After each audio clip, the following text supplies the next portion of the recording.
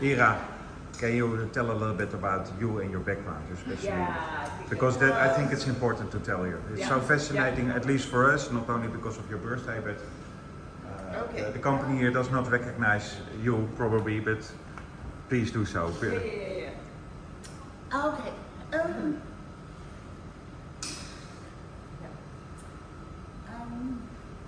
The work that you're doing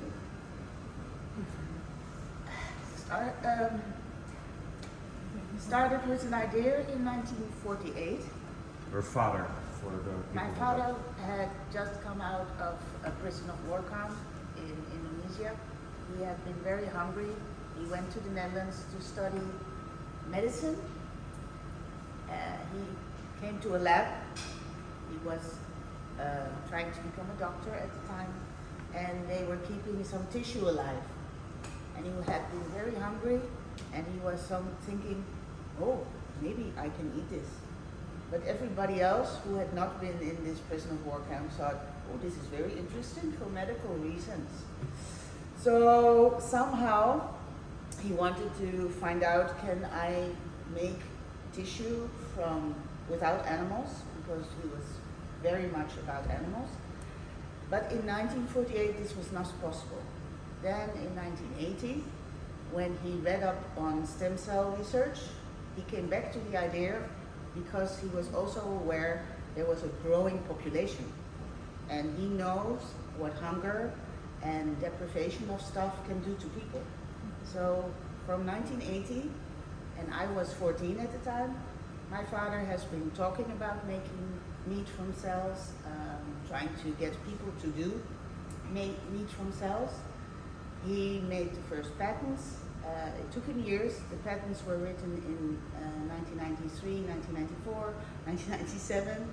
They are still valid until 2024.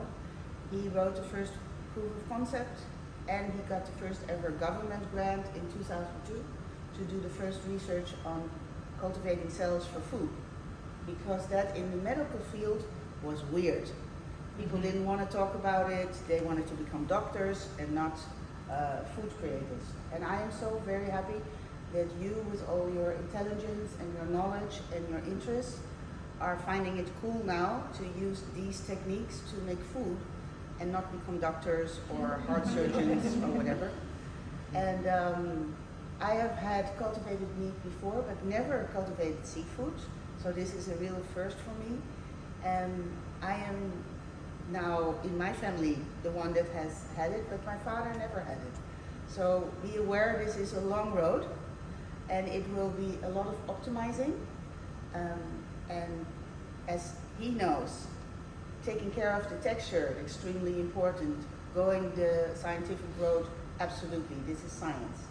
But everything that people does and do, making a cake, having a candle there, talking with each other, everything we humans do is techniques. So it's not weird to do techniques, it's a good thing. And what I also think is important, make sure that the reason you're doing this is the nutritional value you create. We can do all kinds of mock meats, which are fine, they're good, they can taste nice, they can have the best texture. But if we put so much energy in cultivated meat, then at least make sure it has the right nutritious component. Then it makes sense.